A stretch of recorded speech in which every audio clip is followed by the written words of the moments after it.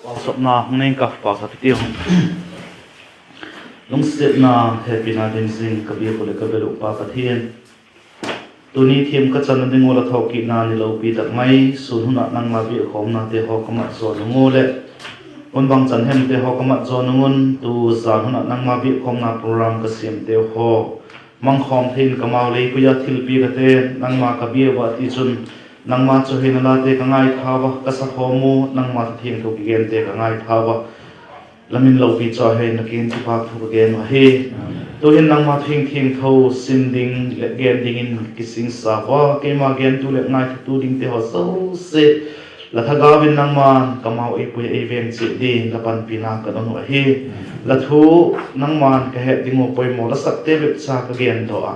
ngai tha mi pi te ho zo sen tak sal tha gao ka phat chum pi the nge le gun nangin la thu in ka mi mal che tu nei mal so min ka poi mo dan dum zui che tu nei ho lim pi in tin ho lim pi na de tak mai kalal pa dai tak mai se su minin la king en ka hung don wa hi amen Joshua bung ngana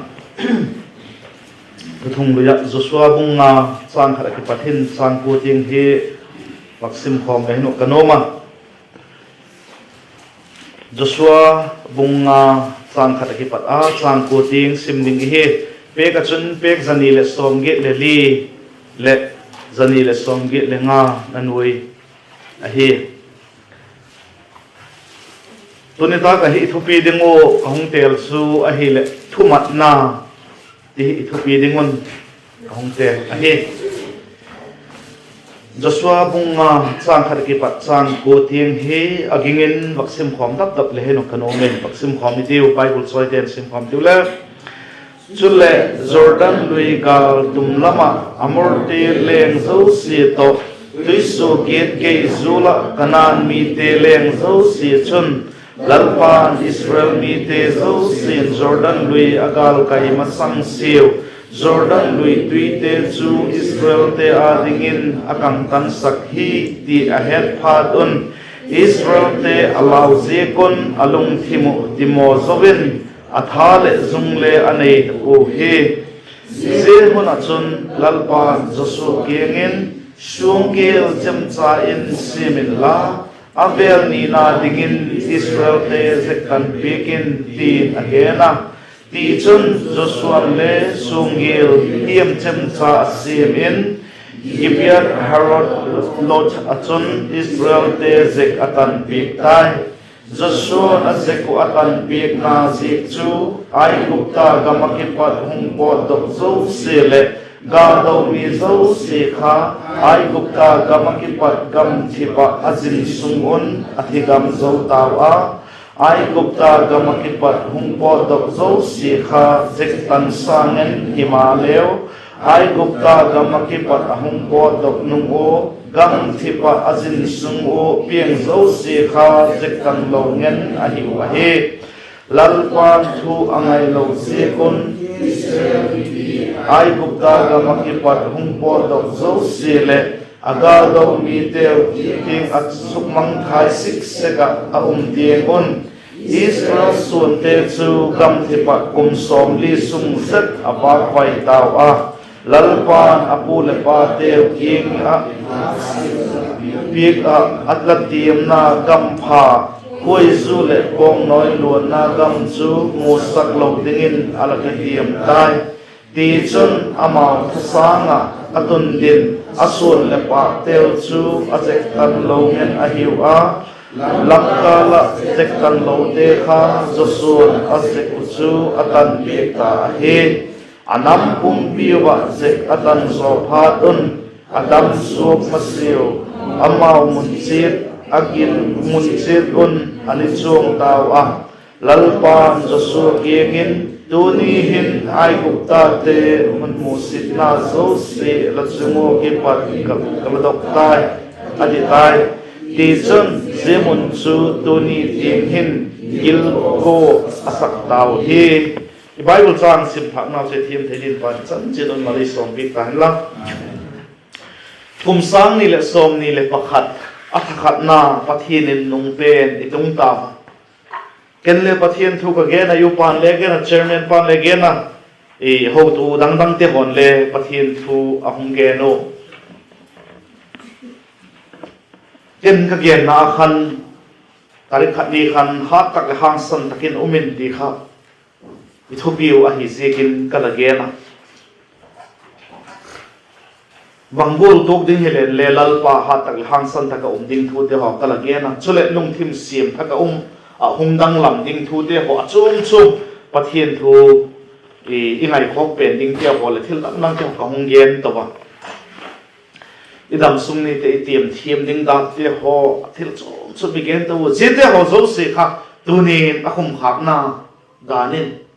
mang thei le phino je ki gen te ho zo se kha ngai to dok thak ki tin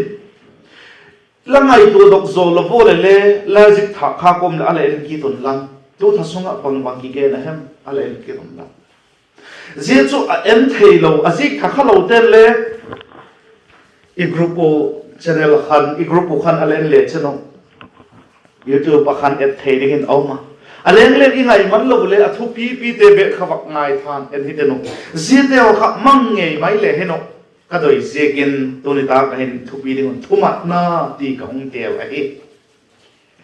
je ta kai Bible sang sim na hi bang ti khun lai hem itia hi le Israel te amel mateo to ki do ding kon cha amel mateo laka aum lai hi tile hin ti the hi amel mateo un kim velo zihun lai chun pathianin amau hi zek tan dingin asol tamaya abang chui tale mel mateo to kido masang nge ya poimo masapen chu banga hi de bitile pathian thuma ji hi ti het men lo ding hi tunin thadang ima to na dingo hin Tathak ihung lut na dingo hin apoy mo masapen chu banga hidem pathian to je tathak chu lut to khom lew hin pathian thumat na to je tathak chu lut to khom lew hin mi wang pha gol zo hiding hi ti het min lo ding ka doi a hi Israel te adinga je hon lai tak hi zek tan mai hi chu taksa lam thil gel da na chun thil law tak mai hi azek chuka gel tak sa gol amel mateo to kido ding kun sa amel mateo kim velo zegatano ni som sung na athok sungo chu amel mateo attack abolo atha chimik theibuno ala hi himale pathianin aphapen ahi ejun tathake lut piding dan te ihezo po icha te school kaiding dan le ihezo po ma hak satna gen tar wi cha te school kaiding dan nangon le ihezo bu be hilele pathianin aphape ahe bang ti gola ki vai hom to zela bang ti gola kum te homang to ding hivem ko chum te bang gola chi to zel ding hivem ti nangon le ihe pu be pathianin wang ahe je ka chun tu kum pathianin thakhatna anin nung pen khowak te mak zo pi ta hi je ka pathian kin ki pa thugen komin hat tak le hang san taka umin pathian to thak tele mang to khom le hin doi ma jing ahi isai bung som nga lenga chang gi le chang ko chun hitina kisika kanai to na te hi langai to na te to ki bang pon kalampi te chule nang lampi te gul ahi poi lalpa atingala vante ki le sang asan zo golin kalampi te chule la lampi te sang in asang zon kangai to na te le langai to na te sang in asang zoi alati pathian ngai to na te ho chu e ngai to na to ki bang ko pathian lampi to e lampi gel dat ki bang lo se ka hi ji ka chun pathian to ki ton to hitiu pathian to mang khom zel hitiu pathian to thak I ma hita pathian to thak le mang to ki hiti nang gel dana ai ba ma po e je hi bang lati mai thei hile pathian thu to ki to ka hi nak le o pathian in aphape na he tin zui mai le chen zui mai le pin je chun mal som na dinga he zo na dinga he ti he mi loading a hi pathian in Israel te ki nga athu pi chu zek tan ding ti a hi azek chu bang zek hem anam tel te a hi naw be philovin se ta khin Bible na ki gen chen ka dong sming ka thil sim thu bung som be sagina chang som mai na ki gen chen na thil sim thu bung som le sagina chang som na chun Zai keile nangule la suante ki kala kathuthung labok jingding uchu ahi lalako postal tapot azeko la tanding ahi atis Pathianin Israel te ki kala thuthung Israel te abok jingding athupi ahi sekin zezek tanding hi alagian big ahi ala zezek tanhen pote zek tanding ahi de bitile chang som de nina again zui kita Chuti chun la lakko kole nigia upa chu la suante suan son tiangin le la suante hi khel lo le la in sunga pieng ahem mikhol ko kienga kipat hi zen le dang ka suma la chok te le azeku la tanding wa hi Israel te la ka pieng khel hi lo le suak a chok te ho hi zen le amau la ka om sumu pieng te ho chu azeku la tanding wa hi ati piek tok mai hi Azek so Pathianin Israel te alatel so Pathian ahi big now a het thena de gun a sok te zengin lezi so a het de Pathianin adoi zekin zegolin alagian big a hi zezek tan hi banga phachum dem ti hi meta pin dot na ala uma khovel mithiam te Doctor te ho sui dona achun bangagen em itile je zeka tanna buno chun na talo je ba na chun no meite ho le na kai thei lo ma chule Israel te hon adekin zona tha sino le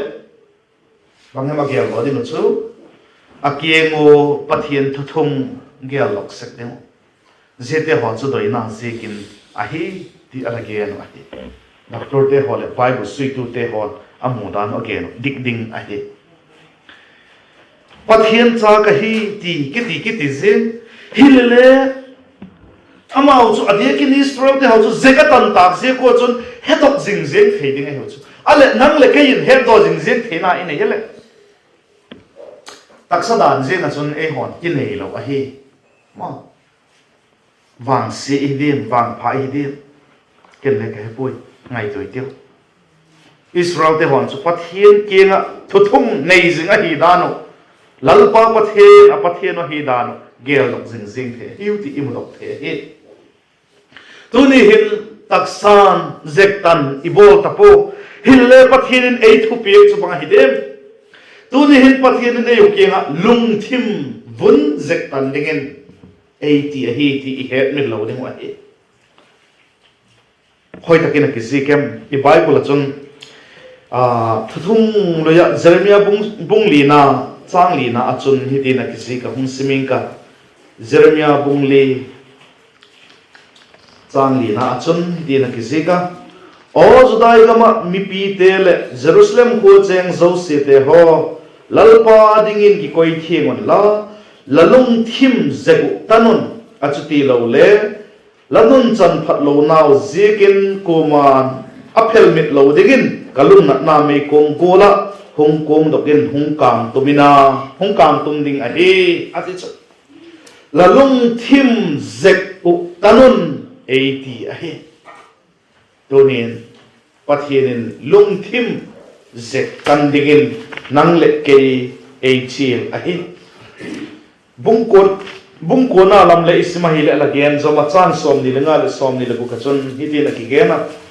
azek bunbe bu tana alung thim zek tan lo te chung thu kangai tu na ding ni kho chu hong tung te ding a hi lalpa na ti gam ke wachem achal samu tan sek zo si ai gupta te juda te edom te amon te le moab te chunga vai hom na ding chu Zenam te zo se hin azeku atan po a Israel te zo se le alung thimu zek tan lo ngen a hingalun ati lung thim zek vun tan lo lung thim zek tan lo chu Pathianin adoi pui Pathianin ahu ahi ti chu akichen ma ze ahi ahi le lung thim zek tan ding chu banga hidem lung thim zek vun tan ding chu bang ti tan ding a hidem lung thim zek vun chu bang a hidem ti hi mitang tang bot na hi i Bible in again marka bung khatna chang som le nga na hin again chen ma se na hung sming ka tuni i het te dinga doi lung thim zek tan dinga ti chu bang again na de itil zi hi marka bung khatna chang som le nga na chun ahuna buting ta hen pathian gam cho nai tai lagit lo hai sanun la chanchin phai ging ta vin ti again pana lagit lo hai sanun la chanchin phai ging ta vin sa pa wachun repent and believe in the gospel adis repent kisi kun lagit lo thil bol te ha kisi kun thil phalo lala bol na te ka hung si ta un atina hi taksa zek bun tan hil taksa gil lo bol te bol som se hi ze kun pathian in Israel te chu warning api hi zek tan lo te edom te ho bola chun Israel te le lung thim zek tan lo hi ze kun go ding ka hi ati tok mai hi tunin nang le ke taksan zektan lo himang le lung thima zektan igilo na te kisi ka thil phaloi bol khak te ho kisi ka thil pha hung bol ta dingin pathian ei chi la hi zi cho hi lung thim zektan ati chuti I het mil lo de mai hi tunin ki vai hom na chum te inai ko chum pi ki vai hom na no pi po ki vai hom na khang lai pol ki vai hom na te ho inai ze ki vai hom na te ho chu ei ma ti da na hi lo ta kin le pathian doi da na hi le ei ma ni lung thim te ho kha kheniemin ma lung thim ki ngai niam da kha ki sik na lung thim ki ngai niam the na kha lung thim zek tan na hi ti le I het min lo ding ka doi ma ze na hi lung thim zek tan na pakhat na chu ki sik na git lo ki sik na apani na ring a chun lung thim zek tan chu ki ngai niam na pathian thu to ki tu ka khipui hoina zui theina je kha I het min lo ding in doi ma je na hi ti gen kit no ai lung thim zek tan lo te su pathian achungun alung na hi ti imu thei ai kolosa te bung ni chang som le pakhat na chun hitin a kiziga muslimin ka ama achun nang ho chu khut hilowa zek tan lai taw in taksa gilo na te chu lip than krista a zek tan lai taw a ati chu ama achun nang ho chu khut hilo a zek tan lai taw in ilal pa jesu krista achun ei ho chu khut a zek tan hilo I taw hi taksa gilo na te chu lip than kilet sakna te ki sak theina te bol thei ki sakna te ho lip than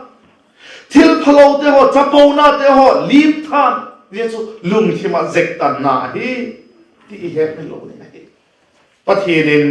kum sang ni le som ni le khat ei puina in ei pui gal kai na hin thakhat ei mat zo pi ta na hin ilungoi na vem ki ngai tu lalpa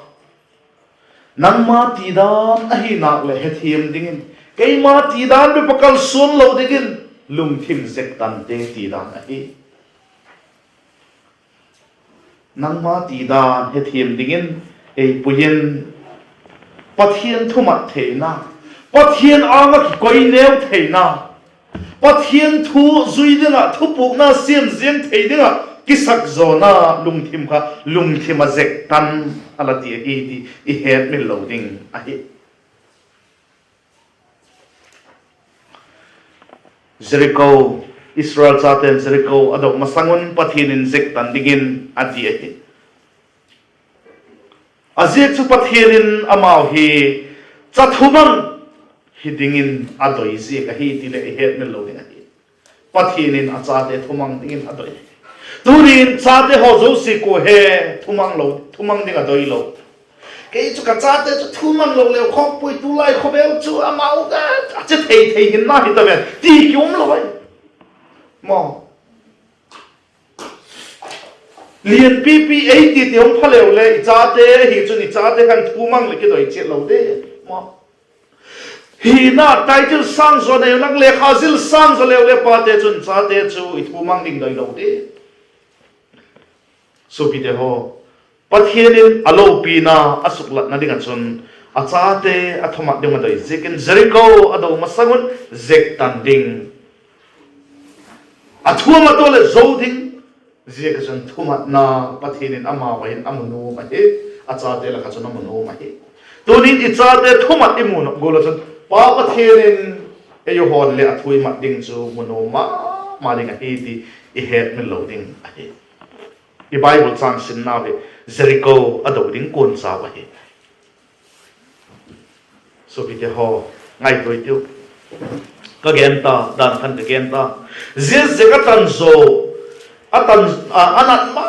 ma hun sunga chun amel matel chun hung that chimit thei tham tham a hi ama a kien chaw ma hi se gun that chimit thei tham tham a hi ma le pathian thutin pathian athumat zegon pathian thomat zegon pathian ama veng ding a hi ti akine mu a hi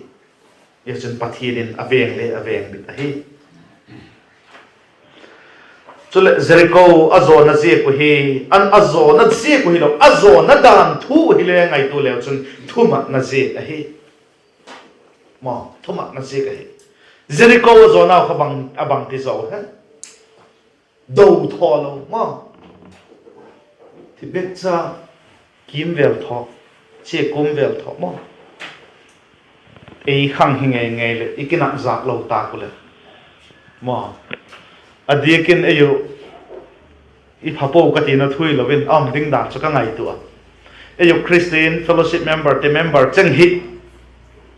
ki hi han la khopi khat do dinga ei ki sol pathin nei son ei sol na chu je khopi chula zona dikun a kho hi thit bek cha la kim vel sek ding wa hi ei thile chu ei pui tu la gen dok tu chu mol tum ne mai thei ka ti chu bang man thei lo le bang ti pui je go la bang ti me ma zo ding la ti mo mo han ki ti din ti ki na dai chu illa Israel te bang za da hi le atam kho mai hile le ki thuma tak mai na bolu azabu a hi mo mak ma zin a hi pathian thu amat zikon lam tak mai dela thachimita hilovin a khopi o kim ver thoin amel mateu azabu amel mateu azam cheko hi ti I Bible in again a hi mo pathian thumat le pathian thu imat le pathian in thil mak abol the dan chu jingul khop jei be jiga chun ayule thumat na kitien pathian thu chu jegul te ga chun le mangam dingin kising sa hi kel jegul te ga chun le pathian thu mangam dingin Jericho azo na ba akul te o akum velo azo gulu chu ei hole jegul te ga chu pathian thu mang thei dingin thumat na tu ku ma hin ki sa tiu katinu ma hi so bi de ho zone Eliza hon lai chun phak ta pi tak mai ding a hi ai la naman phak be phadam a hi bang je khe ama le athumat na je ka hi ama chun ko thu he ama naman chun ko thu he ama agamo len pa thui loi zone te thu le loi ko thu he ama kha asok nu thu ma je kin adama hi asok te thu ma jekin adam hi katinga ma hi Jordan lu sagi ve vaki dia ding zone thu pe hin le ama thu khan chu chi tak lo di ki dia tak lo di je lui sanga chu lui thien thau zo lui hoi zo ke ga min le ama hi ati a hin la asok te he pu zone chun thil hak satak mai bowling ai ti le dam na ding chu bowling hi lo This Jordan will sagi ve ki di ding chu bang hak sat naw mem ti dot layo kan mo again pik layo kan len te panina bunga chang khat pat som li lam khasim le chan detailin alaki zikin tin khat ve ki di adam pu ni ve ki di adam pu thum ve ki di adam pu thugen tu khatin alagian om ma jing chu nga ve tin guk ve ti ki di khan le adam pu Jehun ting ting khan chu en le phak anat na te ho khatu ya ki di pol tan tin amel se lo tan tin hiti be ding himo ti sagi be ting ki di lo le pot bo the ve cái hiền lệ có thì mấy thì cái bilung trong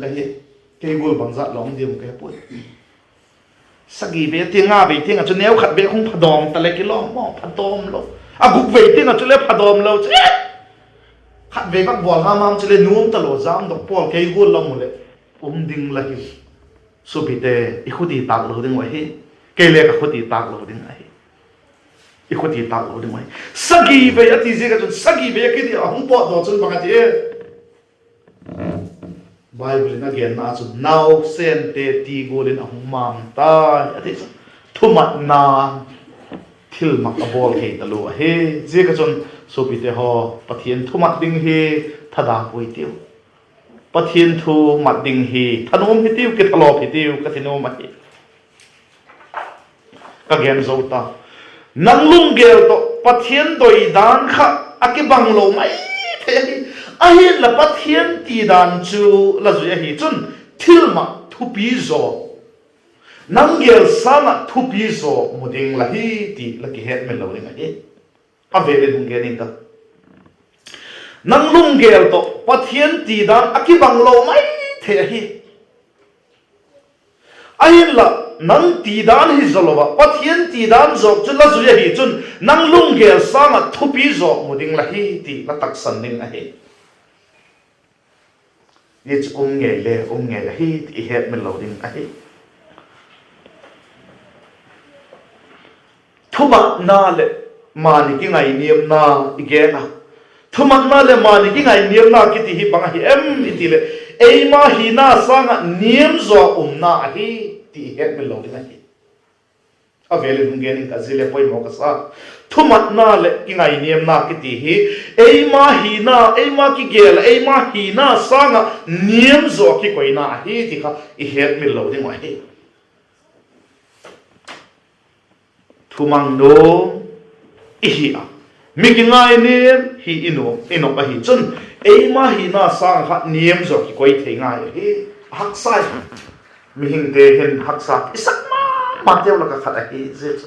hi le je chu pathian min lo pin a dingin bol go hi teu pa tam tak nu tam tak hangai tam tak ten hak sai sak hi lo mo ei ma hi na khela ki koi niam ti chu hak sa ka sama mai ka gen se khala posal khat pasal li to ki holim mo pasal li le you have to be humble until I'm humble ati chu ki ho ta lo ta em sama aki ngai nem hi ti laki ngai nem ngai hi ati ka ki ngai nem hi la ati le chu hoi lam ki ngai nem na ma la ka sei lam ku tung tu ba umai chu e ka chun su pi te ho ki ngai nem na thuma na ki te ei ma hi na pa sanga niam zo ki koi na hi ti kha het min lo ding he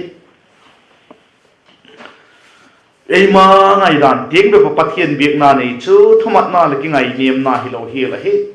chapo na hi zo hi je le poi mo ka sa ve le nung ge ning ka ei ma ngai dan tieng be pa pathian biak na chu thuma na le ki ngai nem na hi lovin chapo na hi zo hi nang ma phasak na nang man hi la sak dan be pa pathian bi la hi chon ki ngai niam nai pu thuma nai pu chapo na hi ka thu thum thei ka hi la ti na hi nom kilen ati ka hi si de ka chon pathian biak na iti te ho pathian thu ma na ki ti te hoi ei ma thu khel lama pathian thu in ei pu ya izui na izop na te ho pathian thu ma na pathian ang ki ngai niam na hi ti het min lo ding a hi pathian thu in ei gen chu bang hi em iti hi le bible sang adong sim ki ding ka tin ta ka hin peter le ka pakhat na bunga na changa le chang ka chun iti na ki zika zegul ma chun khangdong na lai te ho upate nu ki tulu don a hi la lengun na ki sep tu piek chit dingin thunoi gol nan ki banun la pathian ki lat sakte chu ado dalin ki ngai tom te wang happy na ke sakhi ti a hingala je chun ahun tak ahun choi hoi theina dingin pathian ha tak noyen ki koi neon ei te ki thumang tu ding na ki sep pik tu ding pathian ki lat sakte ado dala ki ngai tom te wang happy na pe se ka hi ti het me lo ding a hi ziding achun pathin ei ti a hi anewlin na ki se pik tu digin ki bible in azil sa ka hi ti het me lo ding a hi zit ho hi aki gem tak le het mil thailo gen dol lo thailo chu kwa ham mi ti baptist pa johan ka hi ma baptist pa johan golin eima hi na khela pek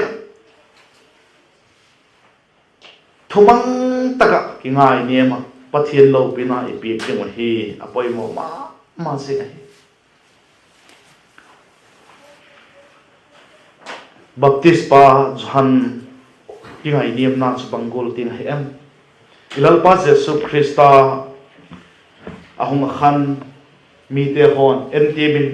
nung zui hau zo tai ti ho again la yu khan aman ba again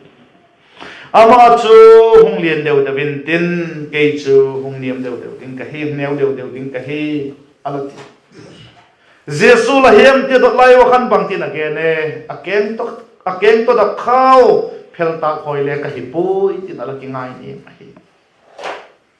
aki ngai nim thei dan chu je gur tim chu athupi a hi ki ngai nim na pathian choi san na hi dan pathian choi san na eiman pathian lo pina be ken eiman le choi san na yum dan het thena ringin palm sunday thu wa gen le palm sunday I het che to hi palm sunday ya chun ilal pa jesu christa chu sabil tung chunga chungin jerusalem chun ahung lu ta jerusalem lam zuna ahung la ya khan mi pi te ho chun na pasol te ho aphawa apun te ho aphawa sabil tung che na ringa chun ho sana ti na ki ko zung mayu zilai ta khan sabil tung khan athupi ne ei chol hui la mo te la ki chom vel hen lang ding vel hen lang hele chu jesu ka ki chu thei pun tin ke phan tin tak chule sabil tung kha hi na nei ta lo ding a hi ti chu imu chien wa hi mole ai la jesu aki chu sak hi thiet lai han ama lo pi na lo pe tak me do nen aum kha hi ti I het me lo ding a hi tu ni ei christian ei mi christian ki ti tak mai te ho hen Christa choi san na ipiek thei lo na pe thei dam pi te le apiek sot thei lo na hung tin la yin ke bang se ka hi de amao choi sang tu hemila amao choi sang tu sang amao kha mi choi san hi lo le choi san zo bola ki ger sek na hin sot pi hi thei lo hi ti imu thei wa hi e ka sun tu kum sang ni le som ni le khat a hin thomang tak maya pathian choi sang tu pathian to lo pi na chang khom tu ma hi ding che poi ma zen hi zireng chun ki salen ka no ma hi jesu ei pui na nung izui na ko hi chun je chun lo pi na chang ding hi ti ki het me lo ding hi lo pi na choi san na chu ya ding in ding hi ti het me lo ding hi je ka chun thumat na a hi thupiu pathian thu mang tiu pathian thui mat na dingo poi ma jing pakhat baksin kin lain ke chanchin pha zan na ji pung thum na a hin chang som le nga ki pata som le ku chan vaksin le south me le vaksin ka chanchin pha zan na ji pung thum na chang som le nga ki pathin som le ku ding vaksin ka kole amaging tapot chun mang thai lawa kumtung hinna nei zok na dingon pathinin khobela happy mama jikin achapa changkhat nei sun chu ahun pi tai kole amaging tapot chu mang thai lawa kumtung hinna nei ngei na dingon pathinin khobel thim lo chan sakna dingin achapa khobel ahun sol poi ama jeka khobel huk dam om na dingin ahun sol zo he amaging tapot chu thim lo chang pot tin himale amaging lo tapot chu thim lo chang sa hi tai pathian chapa changkhat nei sunmin agin lo sikin jehi thim lo channa cha hi wak chu khoweli na hunga himale mi ten wak sangin thim adoi zo hi athil hi te aphat lo sikin ati je pathian thu hi je ka chun je hi le tak sang hi ti je hi le mang hi ti mo cùng tu hiện na này thế na hi số bị thế họ bằng hết khát đi bò linh tắc lên Pathian đông là buổi nào lại chun câu chu upate câu chu pastor te ai lo câu chu hậu tu te đông na lại Pathian na xem tu te đông na lại thì chun Pathianin alam piling sa hung hil ma ni hi ti ta tak san ni hi thumang lo te ho chu mang thai ni hi wati juda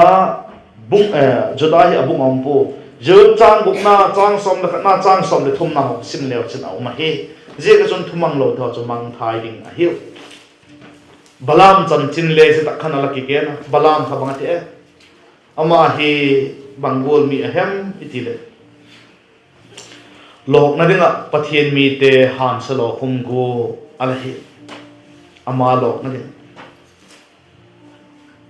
ama hi sanadang ka le ama chu mi te angai san ding a choi san ning doi alahi hi thil chan hi lo ma jing hi so bi te ho tu za hona hen ka gen ok chu khovel thil te zega Pathian i tai san lo ding wa he khovel thil te zekin Pathian tai san poitiu tai san da hitiu ha panen pang hitiu khovel lo pina le sukam so se Pathian a he zete zekin Pathian tai san da hitiu hi le Pathianin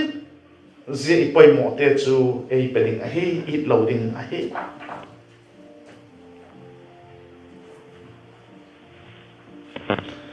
tunin Pathian mal som na dik lo tak hol mi atam taloi ahin la ayon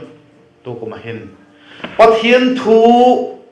mana Pathian anga ki ngai niama mal som na dik tak mai chan ko che hitiu mo avele dum gen ka chai na digin khowela hin dik lo tak mai Pathian na pat hilowa mal som na dong dam tak mai ma hol le tam tak mai om na lai